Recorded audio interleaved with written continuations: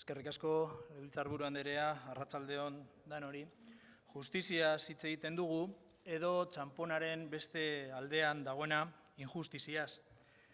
Justiziaren babes eraginkorra jasotzeko eskubidea arrazoi ezberdinengatik urratu daiteke. Batzuetan, arrazoi horiek politikoak dira, askapenako 5 auziperatuek horrela sufritu dute. Gaur libre daude, baina jasotako injustizia erreparaezina da. Hemendik elkartasuna adierazi nahi diegu askapenarena azken auzi politikoa izan dadila. Badago beste arrazoi edo beste elementu batzuk justizia jasotzeko eskubidea eragozten edo zailtzen duena, arrazoi ekonomikoak. Jakina da, justiziak sugeak bezala oinutsik daudenei haginka egiten die. Gure gizartean aberatsak eta txiroak badaude.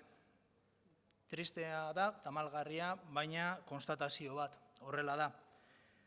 Alderdi popularrak bultzatutako politikak batzuen alde besteen kontra izan dira. Aberatsak aberatsago, txiroak txiroago izan daitezen.